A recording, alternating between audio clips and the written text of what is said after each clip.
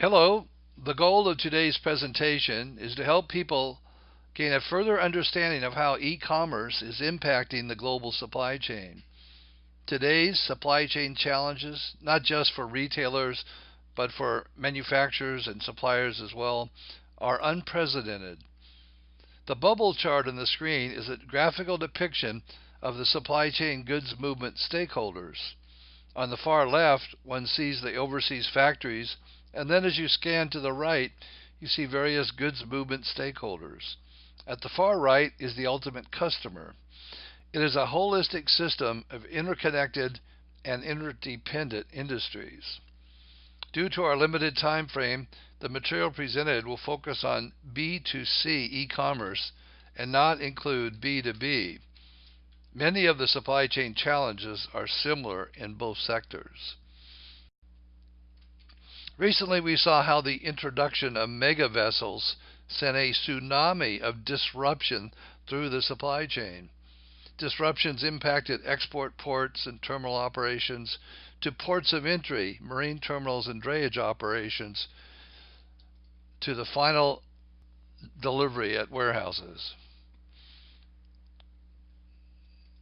Now we are experiencing a tsunami in the opposite direction with the impact of the changing e-commerce customer expectations. Everything needs to be faster and faster. Disruptors have a greater impact. Market dynamics are constantly changing. We're living in an age where goods movement stakeholders must continually review clients' value chains for the innovative ideas to improve their company value propositions. This is definitely not optional considering the hyper-competitive market.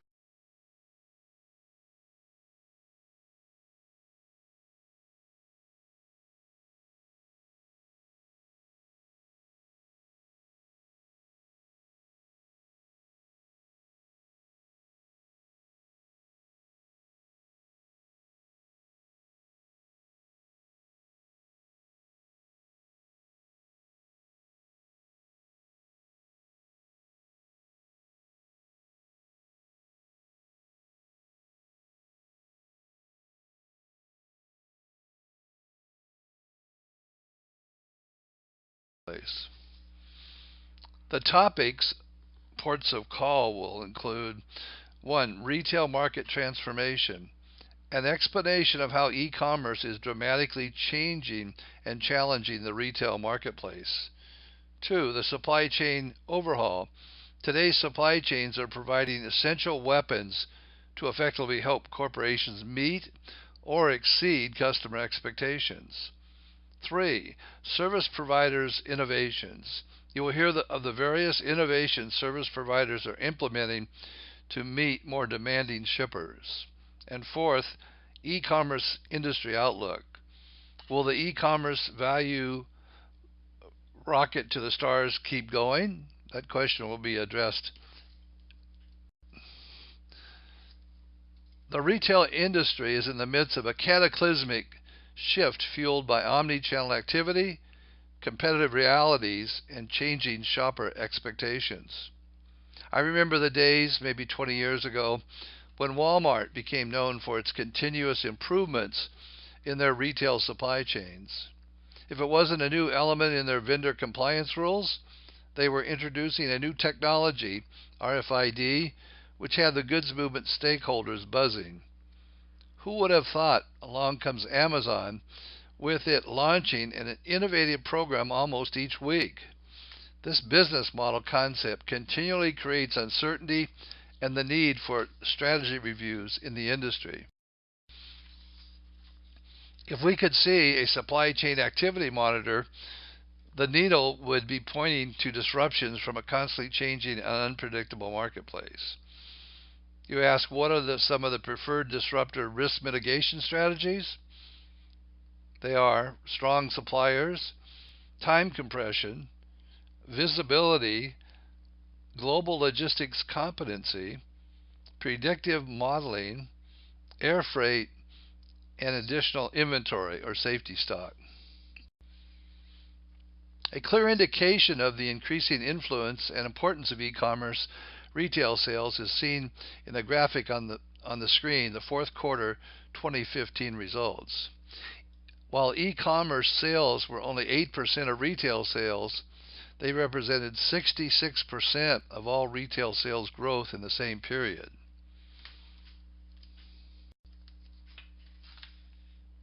E-commerce trends clearly signal growing customer expectations, especially as a result of Amazon.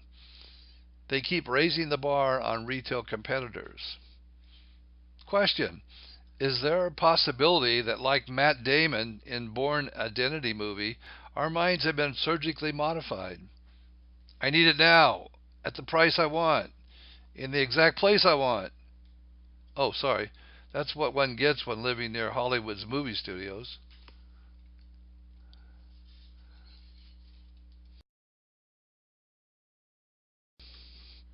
Despite big e-commerce investments, traditional retailers still lag far behind Amazon.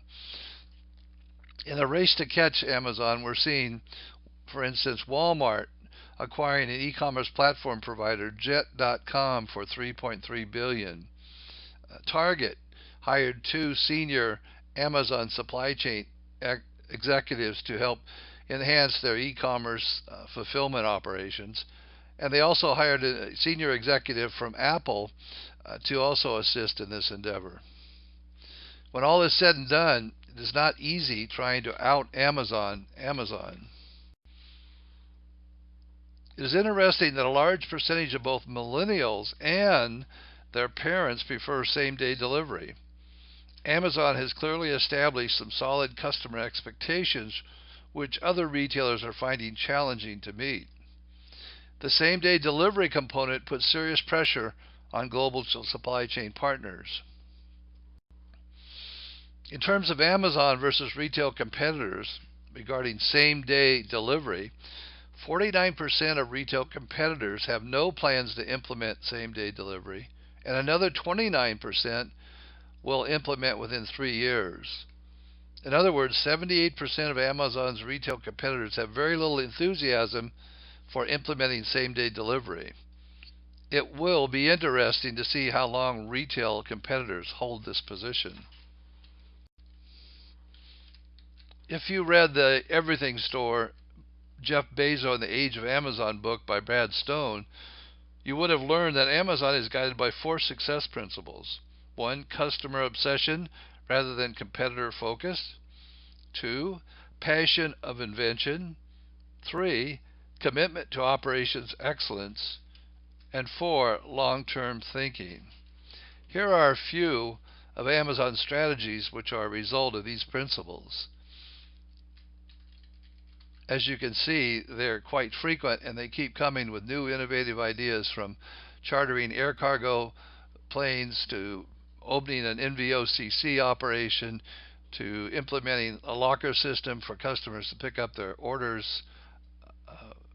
And now they're recently expanding their Amazon Fresh business. According to Piper Jaffray, Amazon touches 30% of total e-commerce in the United States when third-party sales are included, and its share is growing. Amazon, which increasingly can deliver in 1 or 2 hours, promises to be even more disruptive. The more power Amazon gets, the tougher it makes for other retailers. Amazon continues to put major pressure on big box stores and malls in their fight for survival.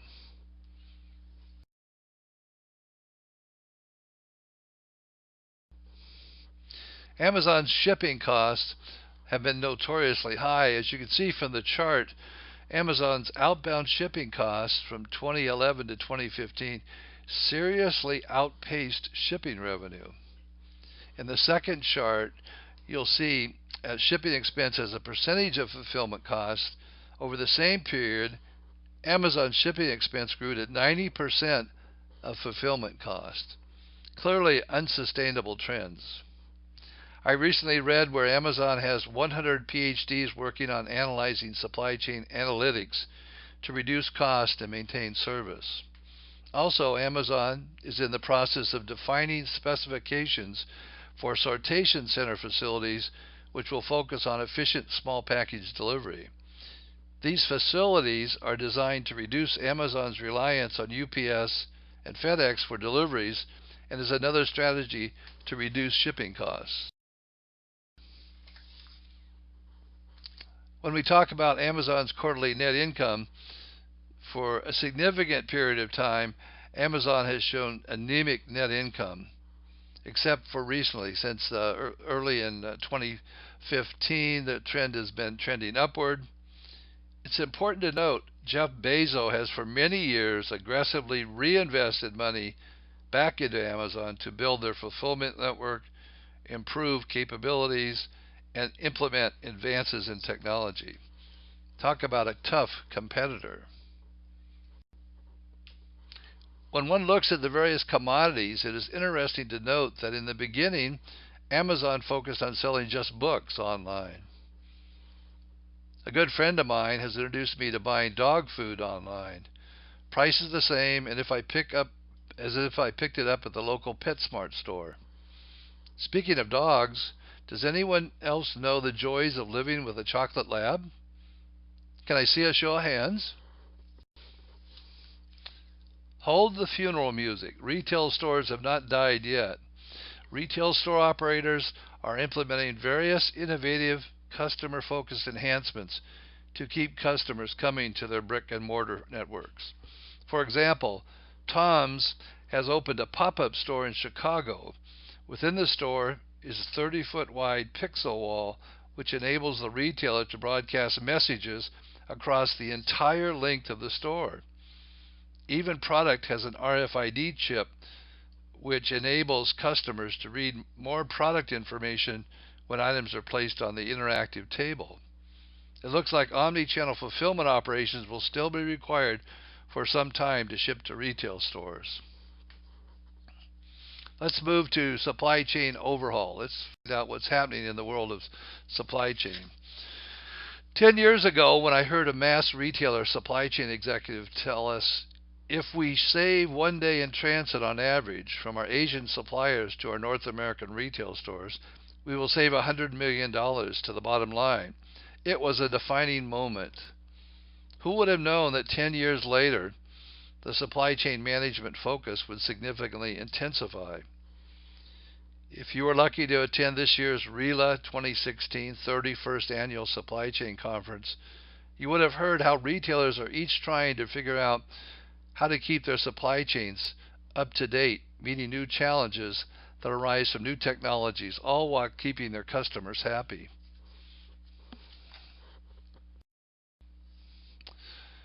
Let's take a moment to review the evolution of retail logistics. How many of you can remember back in time when you often thought the supply chain challenges couldn't get any tougher? As the economy in the 1990s accelerated the move to the global network, supply chains became longer, more complex, and less reliable. Corporations came under serious pressure to meet increasingly higher levels of supply chain efficiencies. Today's corporations are demanding higher quality value propositions from all their vendors. This chain shift. Years past, supply chain management has primarily been an operating cost center with focus on reducing costs and maintaining service. That has changed, where today supply chains are used as a customer creation tool. All elements of the organization must recognize and accept the changing market dynamics necessitates changes to the old ways of doing business. The challenge is getting an organization to think differently about what they need to do and then to connect that to existing processes and take the risk to change those processes. To create the customer-centric supply chains, retailers must go beyond better alignment of demand planning, inventory management, order fulfillment, store replenishment, and returns management. Interactions must be more frequent and more information-rich. Expertise must be shared, and traditional roles must be redistributed to those with relevant core competencies.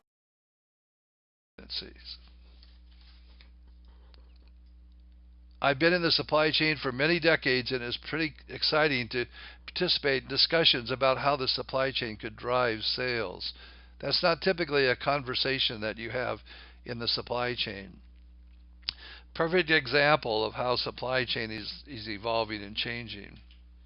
Bob Dylan, who was awarded the 2016 Nobel Prize for Literature, describes the situation well in his song, "The Times Are Changing." Come gather round, people, wherever you roam, and admit that the waters around you have grown, and accept it that soon you'll be drenched to the bone. If your time to you is worth saving, then you better start swimming, or you'll sink like a stone, for the times they are changing.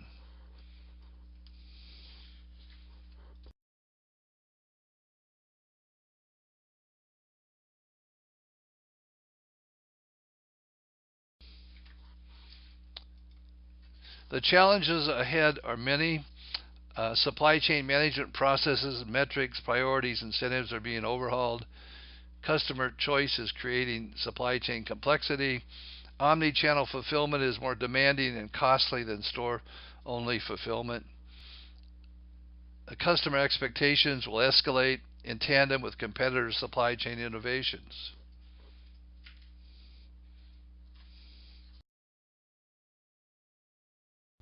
Another great quote of the times: most of us have run supply chains before, but we didn't need this level of agility, real time, hour by hour decision making kind of stuff. It is a new world in which most of us are having to compete. It is apparent from this quote that supply chain performance bar has been significantly raised. The question of the hour: how is your firm enhancing the value proposition to better compete in today's marketplace?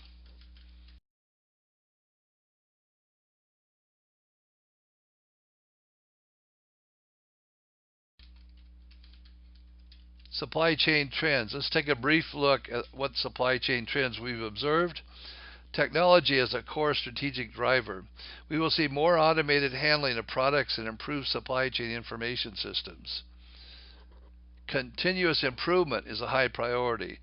This initiative effectively helps firms keep up with the competition. Focusing on customers and shoring up cross-functional processes will be an ever-changing need and be vital to an organization. Information hoarding to information sharing and visibility. Information improved supply chain visibility will be critical to meet higher service level demands and cope with unexpected disruptions. Flexible, transparent, responsive supply chains will be a priority. While components are changing and complexities increase, supply chains must stay agile and responsive.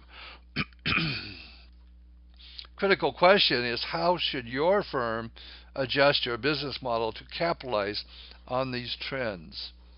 Let's talk.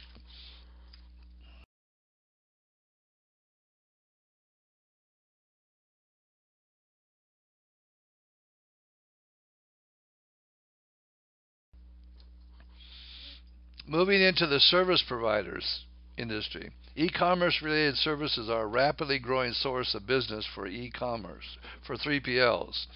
In North America, e-commerce accounts for about 12% of revenues on average and is forecasted to grow to 21% in 3 years. In Asia Pacific region, e-commerce revenues now account for 10% of the revenue base. The forecast is for more than double to 24% in 3 years. In our experience in conducting 3PL acquisition due diligence assessments, WCL Consulting has seen a trend where private equity firms and 3PL buyers are requesting detailed analysis of a 3PL's e-commerce business model. In analyzing a 3PL e-commerce capabilities, we look at value proposition, customers' business development plans, information technology, depth of experience, and other elements. One learns a lot when you ask 3PL executives, how would you describe your company's e-commerce value proposition?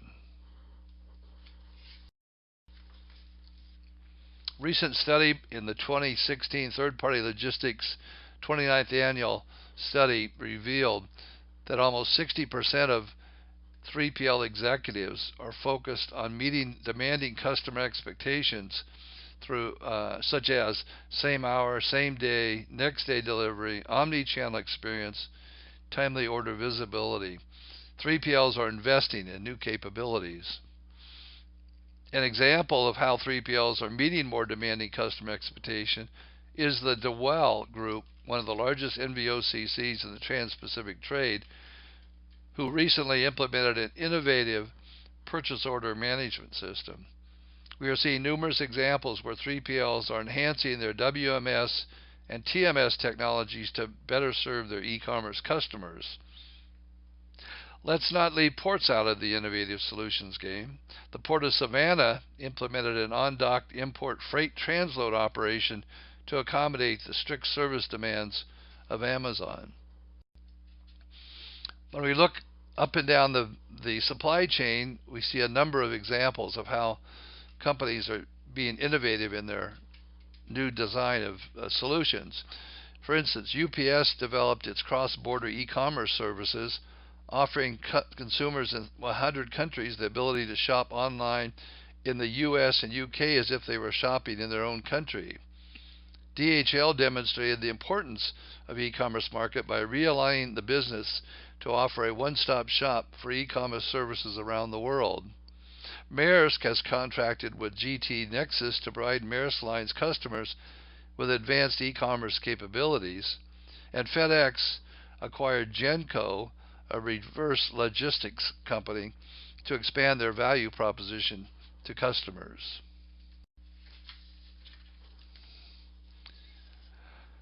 At the recent RELA 2016 Supply Chain Conference, a panel on technology within retail stated the first disruptor of this century is the smartphone, and the second is the millennials and their discretionary spending. It's interesting to reflect on these two elements, the smartphone and the millennials, how they impacted discretionary spending. This is a leading new technology innovations around customization, including 3D knitting, which would allow customers to pick their yarn and color and style. Supply chain disruptions are not about to slow down. Overseas sources costs will spike. New regulations will reduce carrier capacity. Major shippers will introduce customer-focused programs to gain a competitive advantage.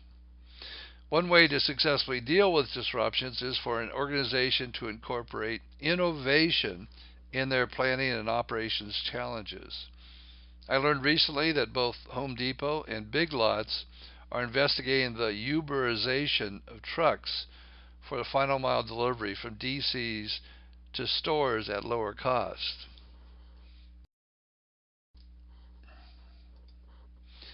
E-commerce outlook. The big question, will the e-commerce growth rocket to the stars keep going? Well, according to Goldman Sachs, online sales will continue to rise at double-digit rates for the foreseeable future. Where will that growth be in the world? Asia Pacific is the largest retail e-commerce market, with sales expected to top $870 billion in 2015, according to more than half of global sales.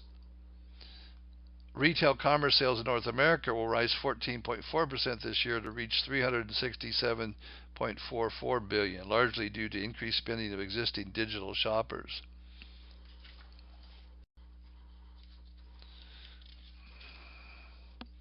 Summary and recommendations. Amazon, the master disruptor, is likely to continue to shake up the retail industry. Retailers' e-commerce omni-channel operations will be under tremendous pressure to improve. And thirdly, the shippers and service providers will implement innovative changes which will gain a competitive advantage. Our recommendations: global supply chain stakeholders should create a climate of innovation. While many companies talk about innovation, what's truly important is achieving the results of that innovation according to the standards of your customers, your internal employees, and your suppliers. Supply chain innovation is important for companies of all sizes. It means looking at the way a company applies its assets operating resources and capabilities to develop new ways to satisfy customer needs. Listen and respond to market dynamics. This is more important than ever. You have to be careful that past successes have not led to too much internal thinking or focus. Critique your value proposition. Leave the egos outside the conference room. Continually look for innovative ways to be more competitive. Develop ability to quickly adapt. Easier said than done. The adaptive supply chain has been the buzz over the last 5 years. Some organizations have moved beyond talking about the adaptive supply chain to actually implement one, putting in place the necessary technology, people, and global operating models. And the last recommendation, use analytics to drive efficiencies. Effective use of analytics is still one of the most underutilized tools in many businesses today.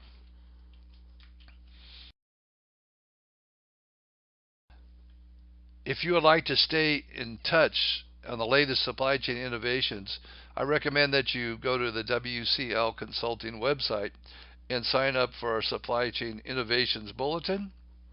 I want to sincerely thank you for your time today, and I hope that you took more than a few nuggets from the presentation material.